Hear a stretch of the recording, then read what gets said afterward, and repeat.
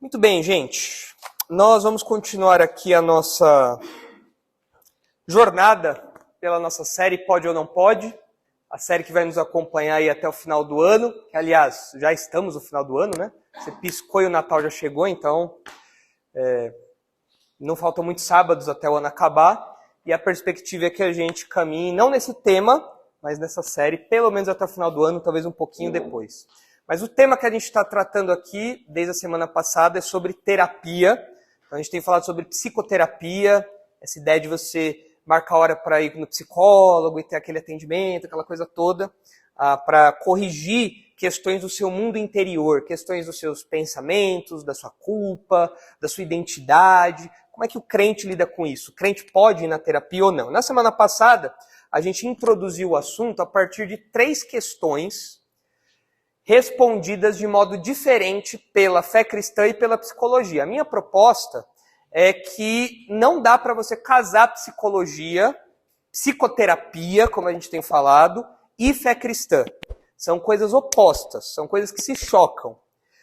E mesmo quando você tenta casar essas duas coisas, na verdade você vai acabar sacrificando o lado bíblico para abraçar um pouco de a visão de mundo secular. Então, essas 3 questões que a gente colocou aqui expõem essas diferenças de modo mais gritante, de modo mais claro. Quais são as 3 questões? Em primeiro lugar, qual é a natureza do homem, que foi o que a gente viu na semana passada. Em segundo lugar, que é o que a gente vai ver hoje, talvez não terminaremos, mas o que a gente vai ver é qual é o problema do homem, e a gente vai ver como psicologia e fé cristã respondem a isso de modo diferente. E por fim, qual é a solução para o homem. Então vocês percebam que a gente tem aí uma sequência lógica. O que é o homem, o que tem de errado com o homem e como consertar o homem.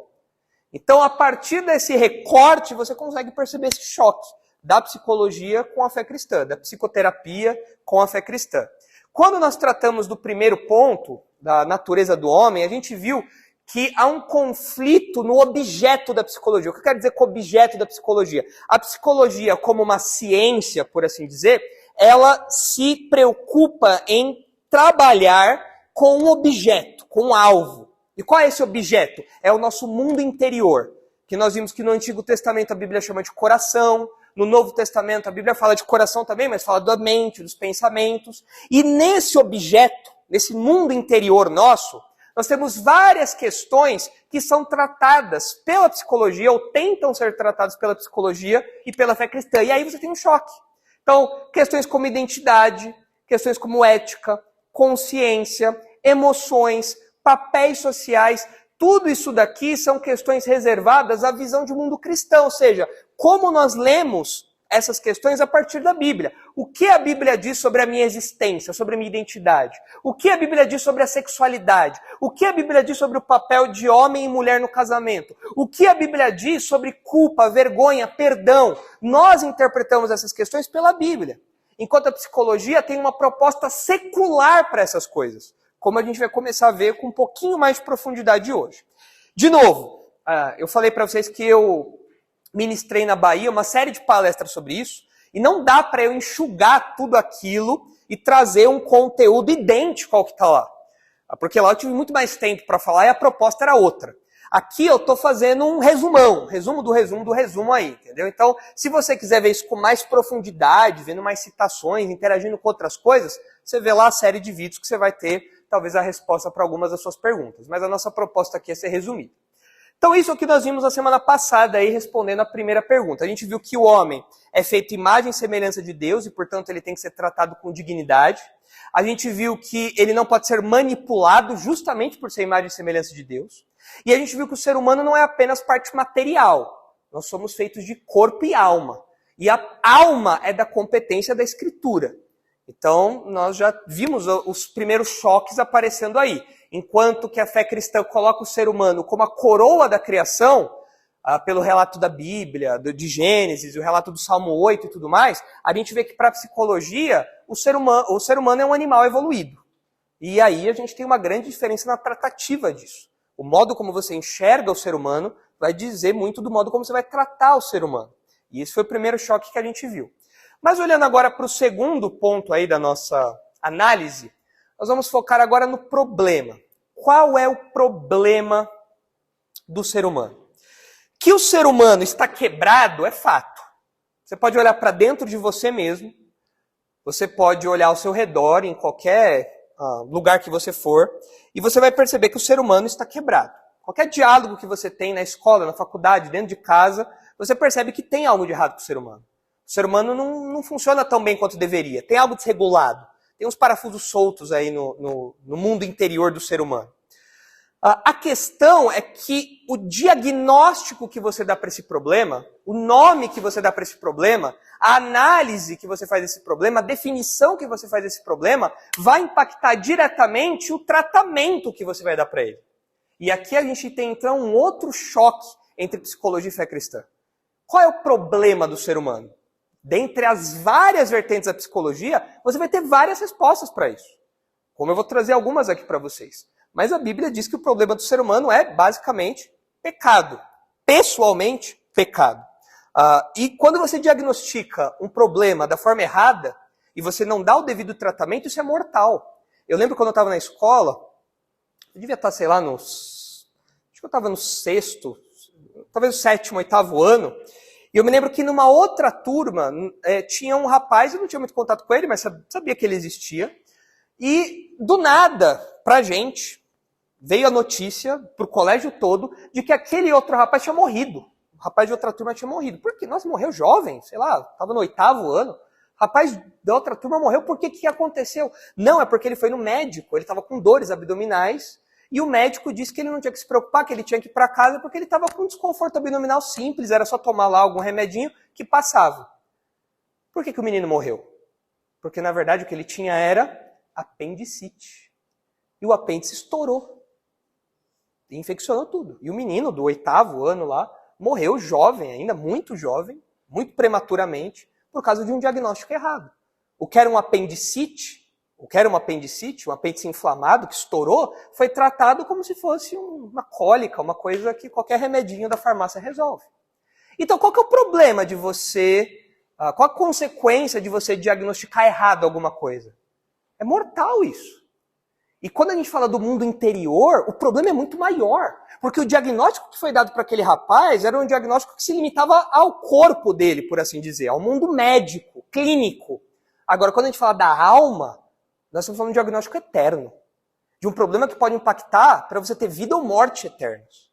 Então é muito sério isso. E por isso que a gente tem que diagnosticar as coisas com precisão bíblica, pegar o bisturi da palavra de Deus e fazer cortes precisos e levar aquilo até a análise séria da palavra de Deus para ver qual que é o problema do ser humano.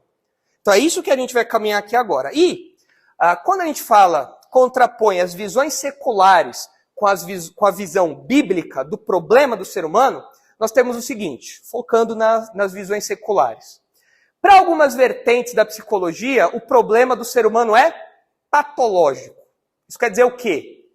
Que o problema do ser humano é doença. Patologia é uma doença, certo? Para algumas outras vertentes da psicologia, o problema do ser humano é externo. Ou você poderia colocar aqui social. Mas vamos colocar externo para a gente olhar para algumas outras questões. Então, ou o problema é algo de doença, ou o problema é algo externo ao indivíduo, ou o problema é cognitivo, ou seja, é um problema que diz respeito a pensamentos errados. Informações mal colocadas, mal inseridas ali na máquina cerebral, certo? Essa é a visão secular. Na visão bíblica, nós já antecipamos, o problema do ser humano é o pecado.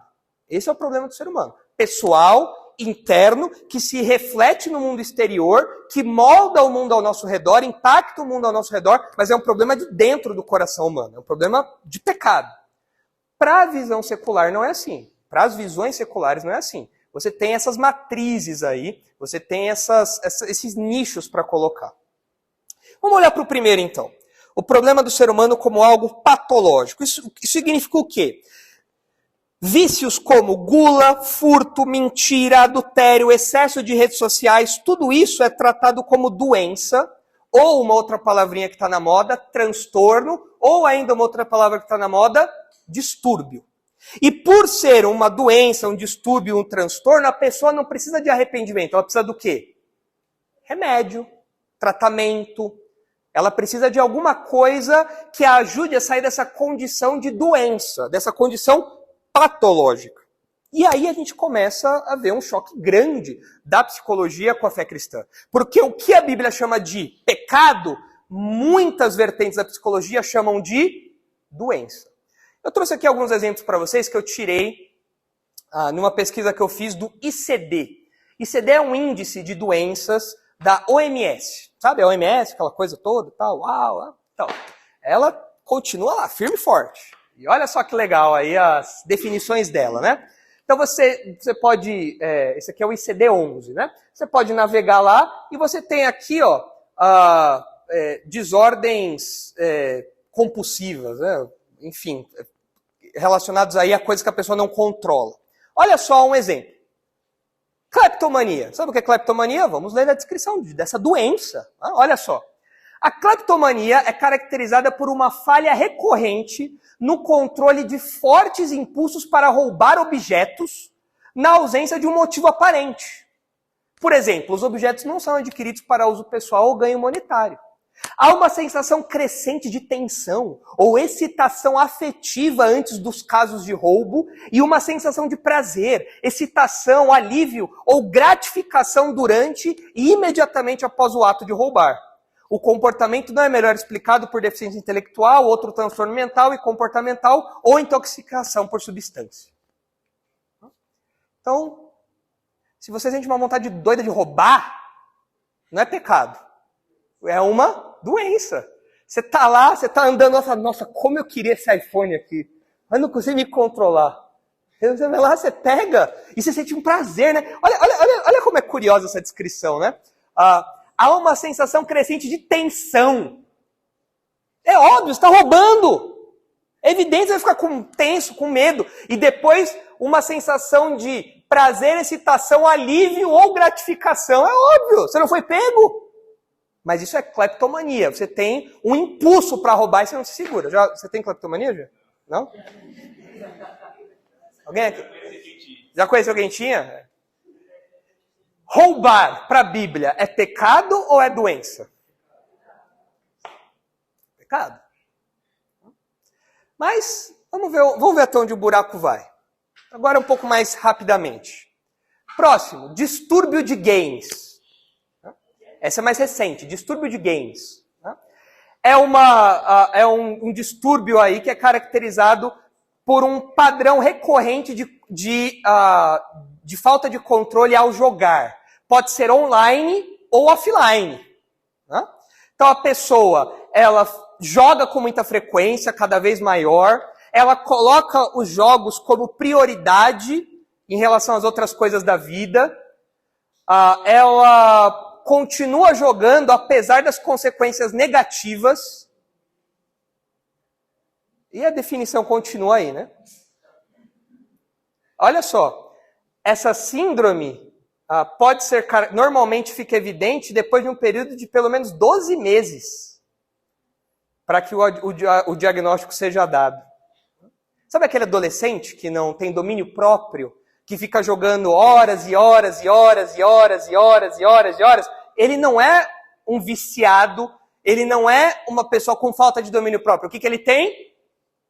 Distúrbio de games. Ele precisa de tratamento ou arrependimento? Tratamento, ele é uma vítima. Tem uma doença.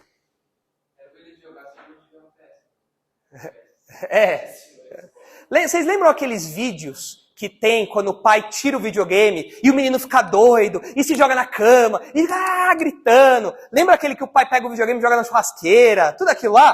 O que era aquilo? Aquele pai é um sem coração. O filho dele tinha um distúrbio. E ele fez um negócio daquele. Como pode um negócio desse? Distúrbio de games. Isso daqui, ó, é o print do site da OMS. É o pastor que está inventando. Está lá. É um distúrbio. Mais um pouquinho. Transtorno opositor desafiador. Esse daqui tem a definição da OMS, mas eu achei interessante a definiçãozinha do Google. Sabe aquela definiçãozinha do Google? Olha só. Transtorno infantil caracterizado por comportamento desafiador e desobediente a figuras de autoridade. A causa do transtorno desafiador de oposição é desconhecida, mas provavelmente envolve uma combinação de fatores genéticos e ambientais. Os sintomas geralmente começam antes de uma criança completar 8 anos de idade. Eles incluem humor irritável, comportamento argumentativo e desafiador, agressividade e índole vingativa, que duram mais de 6 meses e causam problemas significativos em casa ou na escola. O tratamento envolve terapia individual e familiar. Aí você vê aqui, ó, o tratamento pode ajudar, mas essa doença não tem cura. Crônico pode durar anos ou a vida inteira. TOD, transtorno opositor desafiador. Ou seja, a criança ela não é rebelde, a criança ela não é pecadora, a criança ela não é egoísta, a criança ela não é submissa. Não, ela tem um transtorno. Ela responde para o pai, ela desobedece o pai, ela bate o pé que não vai fazer aquilo porque ela tem uma doença. Ela tem um transtorno, tadinha. Diga, Júlio.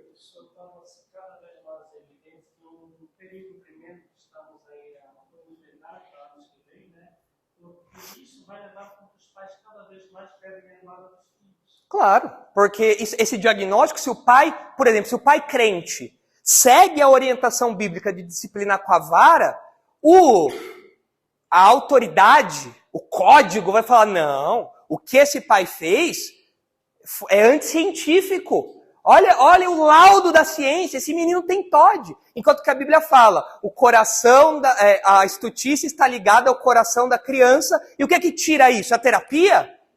Só se o nome da terapia, só se a vara for a terapia. Varoterapia.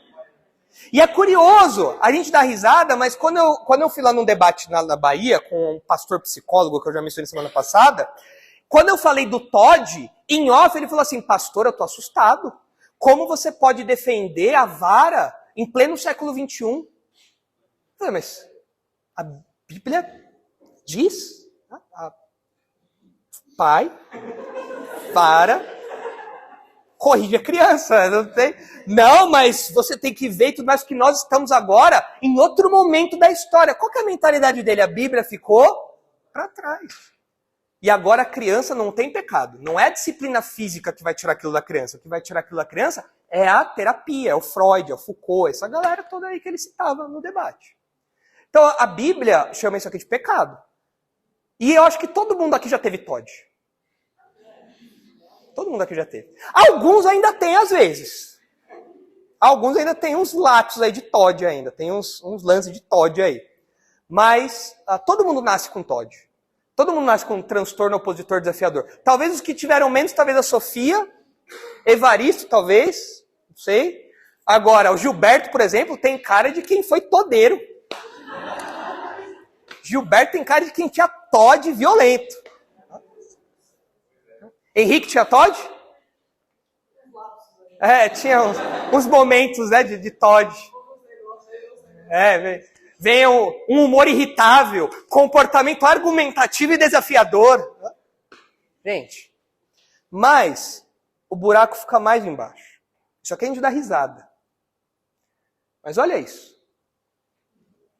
Transtorno. Isso significa que os caras estão transformando pedofilia em doença. Vitimizando o sem vergonha, que é pedófilo. Isso daqui da OMS. É um foco intenso, né, um desejo aí por padrões sexuais aí, de pensamentos, fantasias, comportamentos que envolvem crianças. Transtorno pedofílico. Daqui em tempos, então, já não vai estar pagar com os atos que ele faz.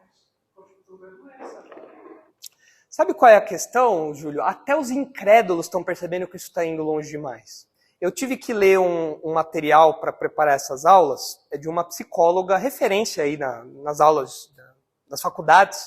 O material dela é usado já há anos, ela chama Ana Bock, ela tem outros autores junto com ela, e ela escreveu um livro base, livro de introdução à psicologia, que mostra muitas coisas. E olha só o que ela mesmo diz. Olha só que interessante. Ela que não é crente, olha só o que ela diz, a Ana Bock. A despeito dos reais avanços da psiquiatria organicista, lembra, psiquiatria é o médico que é capaz de diagnosticar remédio e tudo mais. O psicólogo não tem essa autoridade, o psiquiatra tem. Então, a despeito dos reais avanços da psiquiatria organicista, seus métodos e descrições recebem críticas contundentes. A própria edição do DSM-5, é outro catálogo aí de doenças psíquicas, foi criticado por eminentes psiquiatras americanos que consideram que o aumento de eventos classificados como transtornos acaba por patologizar, tudo vira doença. Eu sento com a perna cruzada, transtorno da perna cruzada. Eu perco o ônibus, transtorno de perder o ônibus. Eu sempre acordo atrasado, distúrbio da falta de horário, sei lá. Tudo vira um distúrbio, tudo vira um transtorno. Nicolas.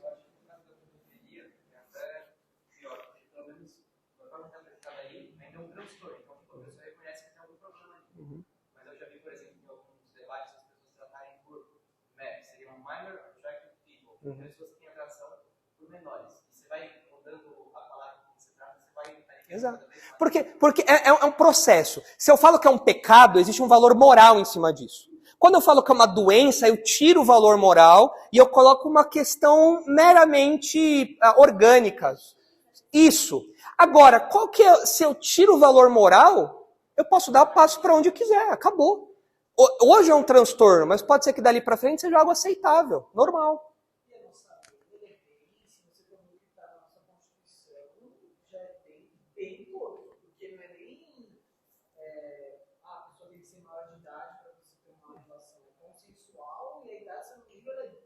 Baixa. Isso aí eu não sei dizer. Isso aí eu não sei dizer. Mas vejam, isso daí quando você tira o valor moral da coisa, você abre o caminho para qualquer ação dessa natureza aqui. E olha mais o que ela diz ainda sobre essa questão de doença mental. Olha só. Os conceitos, presta atenção nos detalhes, tá? Ela é uma não crente escrevendo sobre isso, tá bom? Os conceitos de normal e patológico são extremamente relativos.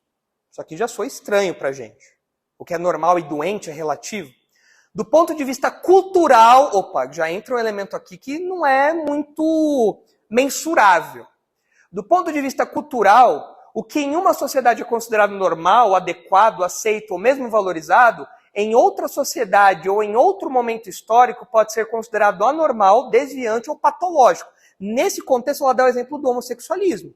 O homossexualismo, anos atrás, era considerado uma doença. Mas os crentes nunca viram o homossexualismo como uma doença. O homossexualismo é uma perversão, é uma decisão pessoal errada no campo da sexualidade. Não é uma doença, mas foi tratado como uma doença erroneamente. Hoje já não é mais uma doença. É até um motivo de orgulho e tudo mais. É uma questão de identidade. De novo, vejam um choque. Olha onde a coisa vai entrando. Não se conhece até hoje a verdadeira dimensão do sofrimento psíquico. E isso nos leva a questionar se haveria de fato um adoecer psíquico. Esse processo, que leva em consideração os sintomas, desenvolveu medicamentos que atenuam tais sintomas, mas não conhece as causas e, portanto, não promove a cura. Muito remédio que o pessoal toma para doença mental não é para curar a doença, o transtorno que supostamente o pessoal tem, porque eles não sabem a origem daquilo. Você toma um remédio para abrandar o sintoma. Só isso, para você controlar o sintoma. Mas você não sabe qual é a origem, logo você não sabe qual é a cura. Com doenças de cunho claramente orgânico, a nosografia e a etiologia são áreas aí das descobertas, das questões aí de curas e tudo mais, de doenças, estão conectadas. Mas no sofrimento psíquico isso não é possível, dada a complexidade do funcionamento de nossa mente. Não se trata somente do funcionamento do sistema nervoso central. Trata-se de toda a capacidade humana de compreender o que é o seu ser. Isso implica não somente no funcionamento físico cerebral, mas da nossa consciência, dos nossos pensamentos, dos nossos afetos e formas de afetação. Trata-se da plasticidade e capacidade adaptativa desse organismo, o sistema nervoso central, cuja função extrapola sua dimensão estritamente biológica. Talvez o final tenha ficado um pouco difícil para você entender, mas o que ela está querendo dizer é que o nosso cérebro, o modo como essa ciência, a psiquiatria, a psicologia olha o cérebro, vai muito além, ou precisaria ir muito além do que simplesmente o órgão. O que ela está falando é que existem questões do nosso mundo interior que não se limitam ao cérebro. E, portanto, você falar que uma coisa é doença ou não é muito complicado, porque doença é uma coisa do mundo físico. Como que você vai chamar de doença uma coisa que você não consegue mensurar? Que você não consegue avaliar objetivamente? Como que você chama isso de doença? E quando você coloca aspectos culturais e históricos, aí que a coisa fica escancarada. Porque você vê que é algo subjetivo, não é algo objetivo.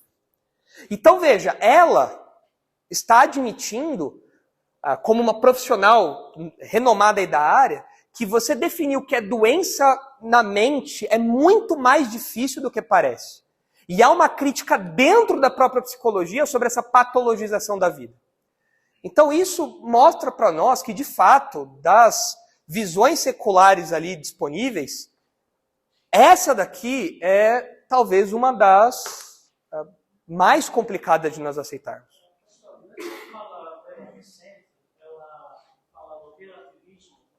É algo, inclusive, que o John MacArthur fala um pouco sobre isso, no seu livro Fundamento do Evangelho, e é algo que trata, inclusive, a igreja que não tem identidade. Porque o relativismo nos defende que não existem verdades absolutas. Sim. Porque a verdade, para mim, no seu ponto de vista, não vai ser. É uma outra verdade. É. A partir disso, já quebra os princípios. Sim, qualquer coisa vai, exatamente. Existem coisas que não se descobrem. Então, falando do relativismo na psicologia, dá liberdade para definir qualquer coisa que a pessoa quiser transmitir. E aí o mundo perde-se.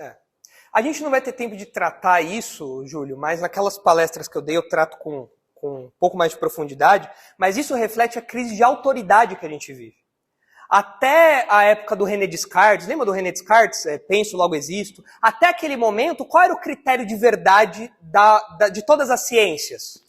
A palavra de Deus. O próprio Deus era o critério de verdade. Ele é quem dava o sentido. A partir do racionalismo do Descartes, qual é o critério de verdade? Qual é a régua pela qual você mede a verdade? A razão. E depois do René Descartes, você chega naquele movimento cientificista, o empirismo, onde você tem que levar tudo para o método científico. Tanto que hoje em dia você ouve as pessoas falando, não, porque estudos comprovam que... E se o estudo comprova, meu amigo, você não tem como ser contra, porque o estudo é a lei. E depois disso, você tem o subjetivismo. Quando não é mais a ciência, não é mais a razão, agora é o próprio indivíduo que tem as próprias verdades e ele interpreta o mundo a partir do seu próprio conjunto de valores.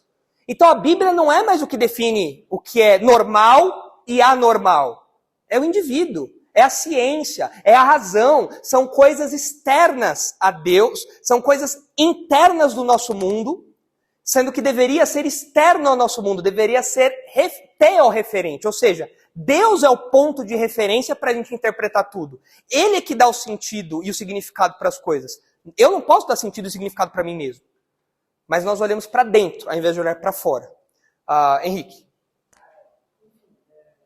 Só um pouco do que você falou, mas no sentido que, gente, as coisas são super estranhas, né? Assim, como se avalia uma verdade, um estudo. Quando você começa, muitos estudos se baseiam por questão de estatística. E aí uma associação de uma coisa com outra coisa, fazendo uma comparação de dados. E aí, tipo, se você começa a fazer isso num bom estudo, né, falando, se você começa a fazer isso, você começa a relacionar coisas que às vezes se comprovam por questão estatística, mas que não tem relação nenhuma. Sim. A maioria dos canhotos acontece tal coisa, mas aí não tem nada a ver com o fato de ser canhoto, porque é só um número que... Uma associação coincidente. Porque tem dado de tudo. Se você começa a comparar com tudo, muita coisa bate e não cresce. Exatamente, exatamente. O método científico se limita às coisas da natureza, às questões físicas, mas a ciência não pode lidar com essas questões da alma, não é da competência dela. Por isso você tem uma crise de autoridade. Henrique. Eu também vejo muito negado dessa cena, né? Que geralmente é pego, a gente vai internado e não solta nada de novo. Sabe, você apontou uma coisa interessante. Nós, até mesmo nós, na nossa linguagem, no nosso modo de lidar com as coisas, nós vitimizamos o mal. Porque a gente vê alguém fazendo uma loucura, Suzanne von Richthofen, sei lá, fala algum outro aí, Elise Matsunaga. Você vê isso, pai que mata filho, tudo mais, fala, não, essa pessoa é doente. Não. Ela é má. Ela é má.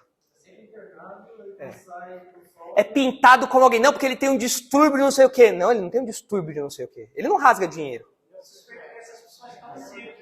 Então, ele sabe que não são dinheiro. Pode dar uma nota de 100. Duvida ele rasgar na sua frente nota de 100.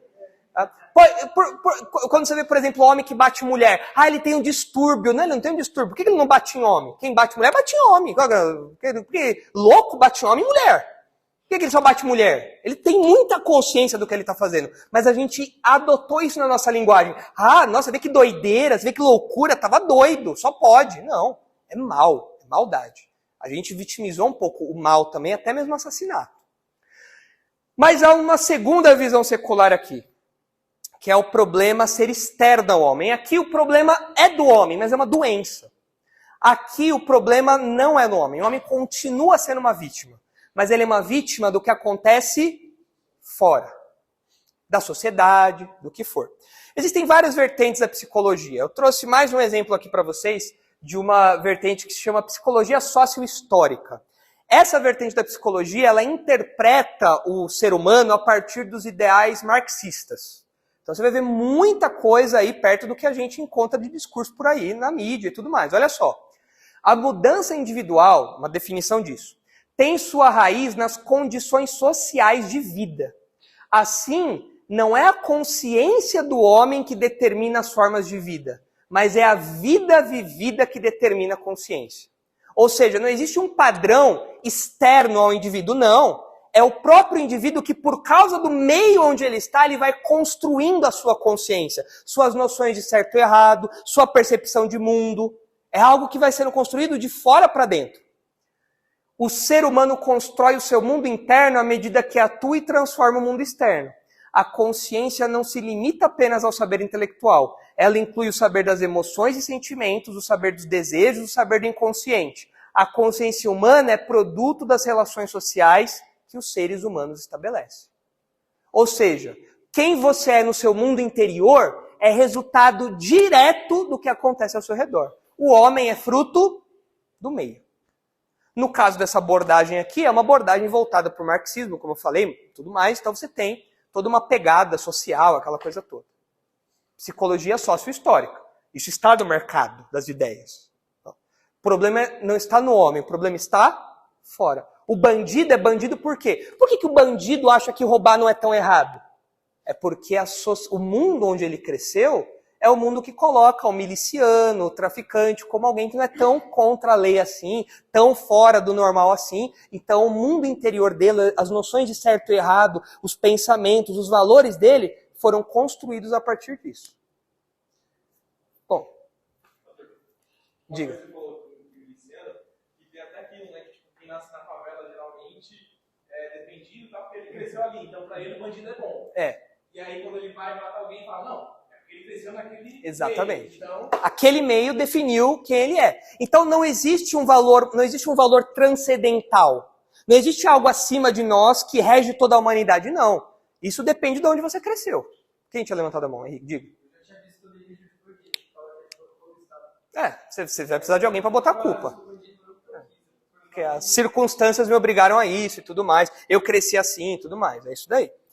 Uma outra vertente disso, que a gente já mencionou um pouquinho na semana passada, é o behaviorismo, aquela ideia do comportamento e tudo mais, do Skinner. Olha só, uma análise científica do comportamento deve, creio eu, o Skinner, são palavras do Skinner aqui, creio eu, supor que o comportamento de uma pessoa é controlado mais por sua história genética e ambiental do que pela própria pessoa enquanto agente criador e iniciador.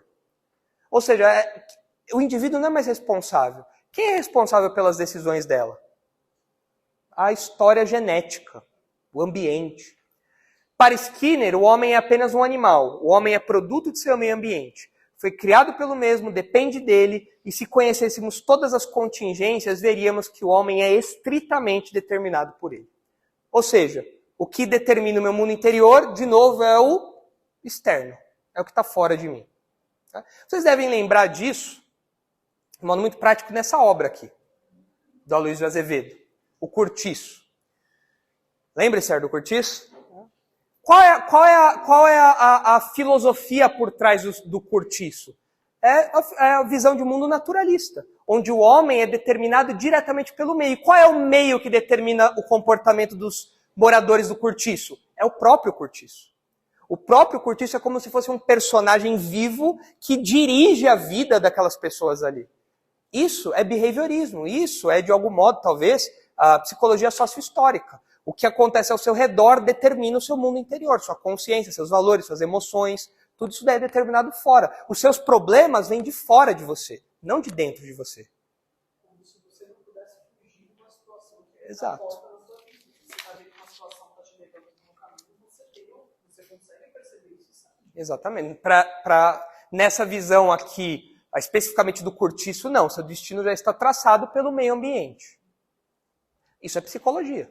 Nicolas. Agora, isso me explica como é que o meio, na verdade, seria a conjunção de todos os indivíduos. Como é que, então, esse meio foi formado, se não por causa... Exato. Nós, como crentes, nós acreditamos que as pessoas que estão ao nosso redor podem nos influenciar, mas isso não tira a nossa responsabilidade.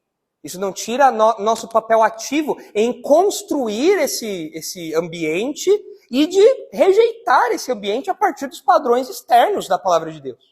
Mas para eles não, o ambiente é como um ser, é como uma entidade que existe e determina as coisas. Diferente da visão bíblica. Júlia. Um exemplo atual aí da subjetividade seria o filme Coringa, que mostra uma vítima da sociedade. O Coringa só é o grande vilão do Batman porque a sociedade, que é o vilão do filme, levou ele àquelas condições. Bem lembrado. É isso daí mesmo. Essa é a ideia. E eu já vi também usar esse argumento na defesa do aborto também. Porque muitas pessoas enxergam que se uma mulher for ter um filho numa condição dessa, melhor não ter nascido. Melhor não ter filho. Então, os fatores sociais determinam se aquele indivíduo deve viver ou não. Bom, as aplicações disso você pode levar para as últimas consequências. Mas tem mais um externo, uma visão da psicologia, que é a do Freud. O Freud, esse senhorzinho controverso aí, o cara tinha umas ideias muito estranhas. O cara criou todo um modelo de inconsciência, interpretação de sonhos, é uma coisa bem maluca, né? E para o Freud, ou para a psicanálise, como ficou conhecido aí, esse ramo, essa abordagem do Freud, o problema do ser humano se dá por uma socialização deficiente, uma socialização inadequada. A culpa para o Freud, o sentimento de culpa é algo subjetivo, não é algo objetivo. Não é porque eu feri uma lei universal que eu sinto culpa, não. É porque há uma relação mal resolvida entre 3 agentes do nosso mundo interior que o Freud criou. É o id, o ego e o superego. Já viram isso? Id, ego, superego. Então o que é o id? Presta atenção. O id é a parte do nosso mundo interior que é regido pelo prazer. É a sede dos nossos impulsos. O superego é onde as normas e os valores impostos pela sociedade são colocados. Então tem uma briga entre o id e o superego. E tem o ego. O ego é o equilíbrio entre o desejo do id e a exigência do superego. Então o id é o impulso violento, carnal, forte. Superego é aquela moral que é colocada dentro de você. E o ego é o camarada que fica ali no meio tentando apaziguar a briga dos dois, certo? Olha como o Freud trabalha isso daí. Aqui a psicanálise explicada pelo Jay Adams, naquele livro que eu mostrei para vocês semana passada. Segundo Freud, o principal problema do homem é a socialização deficiente. Esse paciente impotente tornou-se vítima de outras pessoas no seu meio ambiente. Talvez tenha sido chutado para lá e para cá desde que era criança. Talvez uma avó dominadora tenha estabelecido regras e rituais que lhe regulamentavam a existência. Quiçá tenha sido criado em um lar dirigido por costumes vitorianos, ou seja, muito tradicionais. Portanto, vitimizado por uma ou mais dessas pressões externas, a pessoa aconselhada, o paciente, foi socializada por outros, que nele formaram uma consciência, ou superego, excessivamente rígida. Essa consciência agora está em conflito com seus desejos normais, o id. E é justamente esse conflito que serve de fonte de suas atuais dificuldades. De cada vez que viola um faça ou não faça, ele se sente culpado. Não por ser objetivamente culpado, ou seja, não por ter infringido a lei de Deus universal, não, mas por haver violado o seu superego ou consciência rígida demais. Então, o que ele está falando é assim, as pessoas estão quebradas. Então, as pessoas chegam no meu consultório quebradas, o Freud falaria. Elas têm crise, elas têm problemas, a mente delas não funciona bem, as emoções são desreguladas, elas têm conflitos com seus pais. Por quê? Porque elas têm desejos que estão em conflito com uma moral que foi imposta. O desejo dela é de fazer aquilo, mas o pai não deixou, a avó não deixou. E aí colocou uma moral artificial, externa, e agora você vive nesse conflito. E aí, por ter esse conflito, você tem diversos problemas no mundo interior do indivíduo.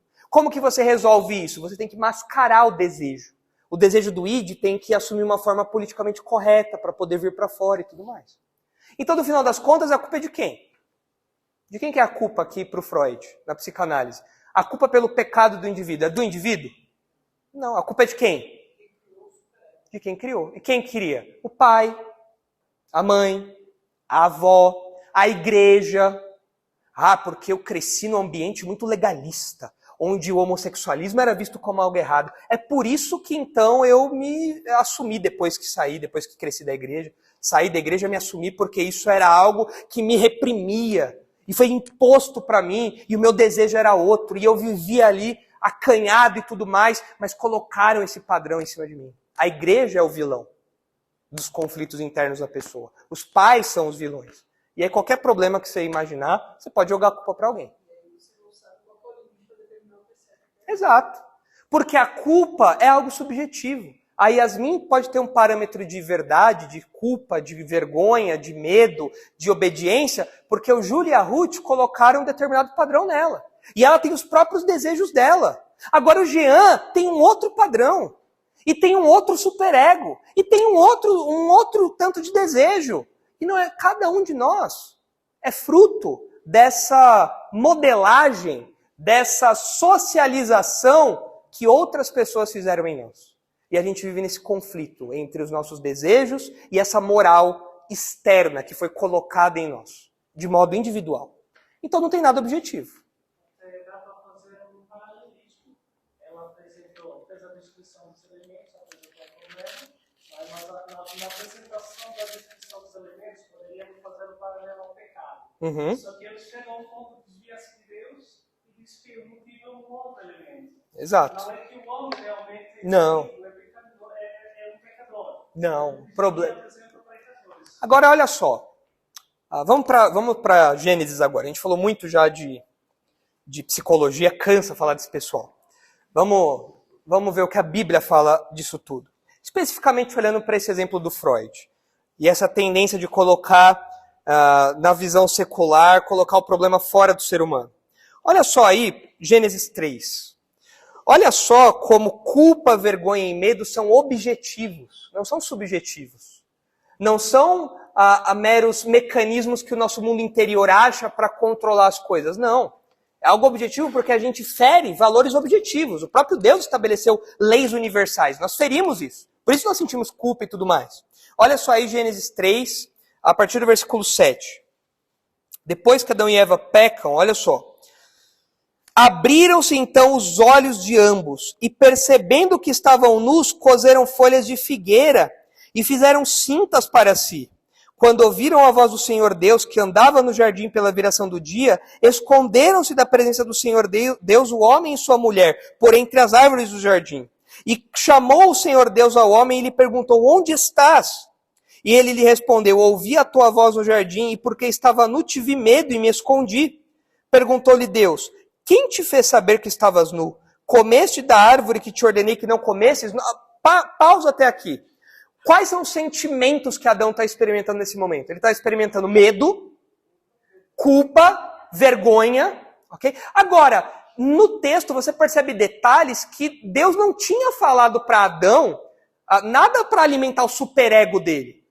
Deus perguntou, quem foi que falou que você estava nu? Deus não tinha falado que quando eles comessem do fruto eles iam perceber isso. Mas algo aconteceu dentro deles. Não é que o superego entrou em briga com o id, não. O pecado entrou dentro do ser humano e bagunçou as coisas lá dentro. De modo que a culpa, a vergonha, o medo invadiram o homem objetivamente. E eles perceberam, nós estamos nus. Mas Deus não tinha falado isso para eles. Por que eles perceberam isso? Porque houve uma transgressão objetiva da verdade, do mandamento de Deus. Não foi uma construção artificial que foi feita. Olha aí agora a tendência de colocar a culpa no outro. Então disse o homem, a mulher que me deste por esposa, ela me deu da árvore e eu comi. Quem foi que socializou deficientemente Adão? Aqui. Quem? Não é a Eva. A Eva também. Mas quem? Deus. A culpa é da mulher que você me deu. Você me socializou deficientemente. E ela me levou para o meu caminho também. Como diria o Homer, a culpa é minha e eu ponho em quem eu quiser. E é isso que o Adão faz aqui. A culpa é do Senhor e a culpa é da Eva. Jogando a culpa para fora. Eu não fiz nada. Disse o Senhor à mulher, que é isso que fizeste? Respondeu a mulher, a serpente me enganou, eu comi. Ela jogou uma culpinha para a serpente, mas tudo bem, a serpente realmente enganou. Então para Eva a gente pode dar um desconto. Agora o Adão não tem perdão. O Adão pegou a culpa dele, objetiva, aquilo que entrou no mundo interior dele, e ele falou, a culpa não é minha. A culpa é do Senhor e a culpa é da Eva. Eu sou a vítima. Adão tinha Todd. Adão tinha Todd. Gente, a percepção de nudez, medo, a terceirização da culpa, isso vai totalmente contra o que a psicanálise ensina. Totalmente contra. Nós ferimos o padrão objetivo da lei de Deus. É por isso que nós somos quebrados por dentro. O ser humano foi quebrado por dentro, não por algo artificial que foi colocado lá. Não é um problema externo, é um problema interno, é algo que nasce dentro de nós. Se vocês olharem aí um pouquinho para frente, olha a responsabilização individual no capítulo 4, no versículo 7. Se procederes bem, não é certo que serás aceito. Se todavia procederes mal, eis que o pecado jaz à porta. O seu desejo será contra ti, mas a ti cumpre dominar. Para quem que Deus dirige essas palavras aqui? Para Caim. Caim podia falar, Senhor, eu tenho transtorno de assassinato de irmãos. Eu sou uma vítima. O Senhor tem que me dar um remédio. Qual foi a resposta? Qual seria a resposta de Deus? O pecado está na tua porta. E cumpre a você dominá-lo. Você é moralmente responsável por dominar o seu pecado. Não joga a culpa para os outros. Para o psicanalista, a ofensa do pecado é sempre a si mesmo ou ao outro. Mas quando a gente olha para a Bíblia, o que diz o Salmo 51, né? Contra ti pequei. Contra ti somente. Todo pecado é, em primeira instância, um pecado contra quem? Deus. Todo pecado é uma ofensa direta contra Deus. Eu ofendo meus irmãos. É evidente isso. Mas todo mínimo pecado do universo é uma ofensa contra o caráter de Deus. E isso é objetivo. Isso não é fruto do ego, do superego, do id. É por isso que a culpa vem sobre o ser humano. É por isso que o medo vem sobre o ser humano. Pequei contra ti e contra ti somente. Fiz o que é mal perante os teus olhos. Não perante os olhos da minha avó. Não perante os olhos do meu pai. Não perante os olhos da igreja. Eu pequei contra o Senhor. O Senhor que é o próprio padrão de verdade. E é por isso que eu sinto a culpa, o medo, a vergonha, tudo que o pecado trouxe. E a Bíblia trata o pecado como pessoal e intransferível. Olha só Ezequiel 18.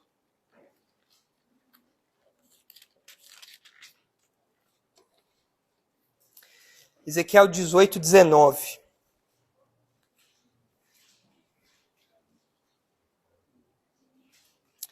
Mas dizeis, por que não leva o filho à iniquidade do pai? Porque o filho fez o que era reto e justo, e guardou todos os meus estatutos e os praticou. Por isso, certamente viverá. A alma que pecar, essa morrerá. O filho não levará a iniquidade do pai, nem o pai a iniquidade do filho. A justiça do justo ficará sobre ele, e a perversidade do perverso cairá sobre este. Quem é responsável pelo seu pecado? Você. Quem que paga pelo seu pecado? Você. Você experimenta as consequências interiores e exteriores do seu pecado. Ainda que isso possa respingar para os outros, você é o responsável pelos pecados que você comete. Você é o agente principal do pecado que você comete. Então, diferente do que essas visões aqui ensinam, O problema do ser humano não é patológico. O problema do ser humano não é externo. O problema do ser humano é o pecado. E o pecado é pessoal e intransferível. Está lá. É individual. Está contigo o tempo todo. E é um pecado contra Deus. Como que nós resolvemos, então, a questão da culpa? A gente vai parar por aqui. Na semana que vem a gente continua para falar desse terceiro e a visão bíblica. Mas como a gente pode, então, resolver essa questão da culpa? Se nós temos culpa diante de Deus, como que a gente pode resolver isso? Eu preciso de terapia? Preciso de psicanálise? Eu preciso me deitar lá no divã e puxar desde os meus primeiros passos o que o meu pai e a minha mãe fizeram e é isso que eu preciso fazer? Como eu consigo me livrar da minha culpa? O que eu faço para me livrar desse sentimento de distância de Deus? O que eu faço para me livrar dessa minha consciência de que eu estou contra Deus? O que eu faço para isso? O que eu faço? Arrependei-vos. Essa é a ordem bíblica. Arrependimento. O crente precisa de perdão e de justificação. Olha só o Salmo 32.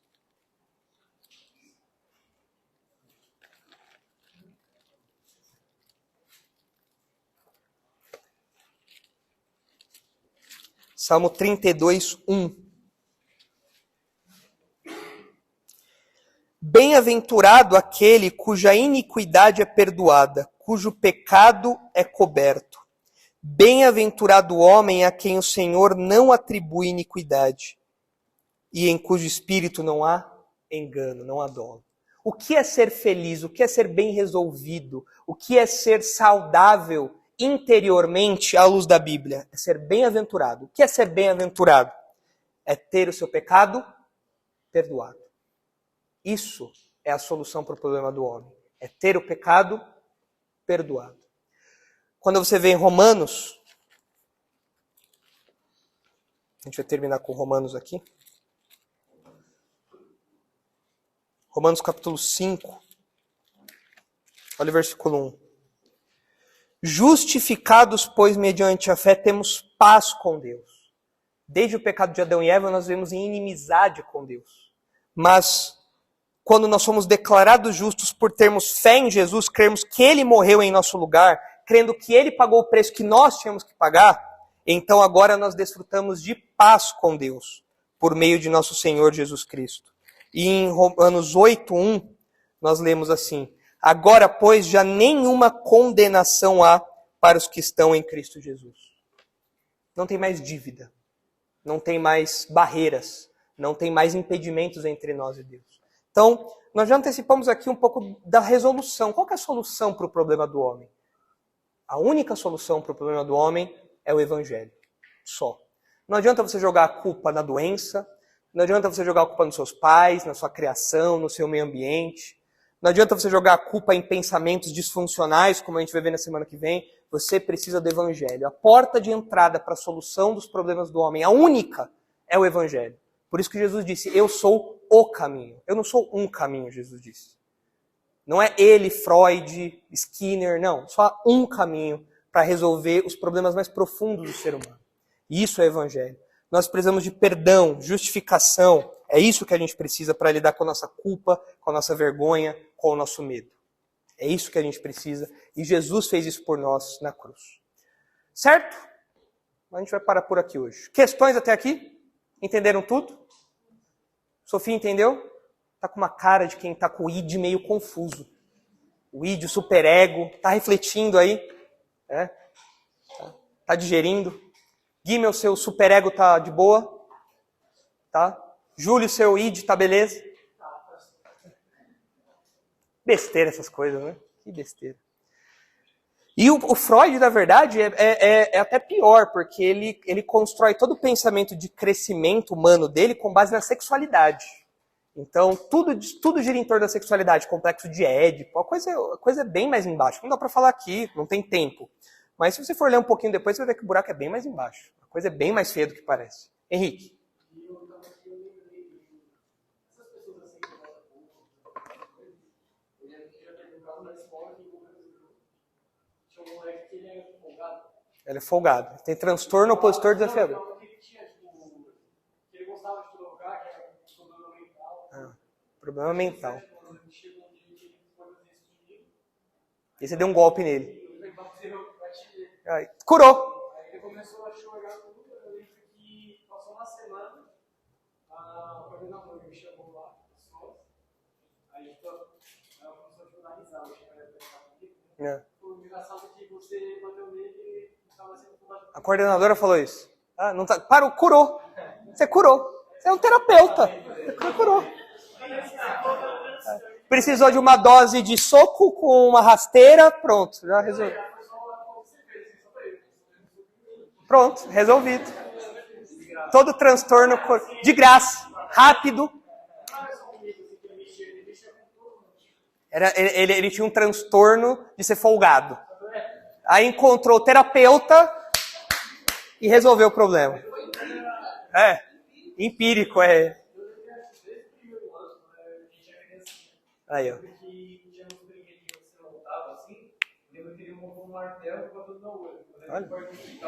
Olha só. Pode ter sido meio vingativo esse soco aí. Você acumulou, agora não vai. Lembra do martelo. Claro. Ele não batia em policial da rota, né? Aí não, né? Aí o transtorno dele não funcionava, né?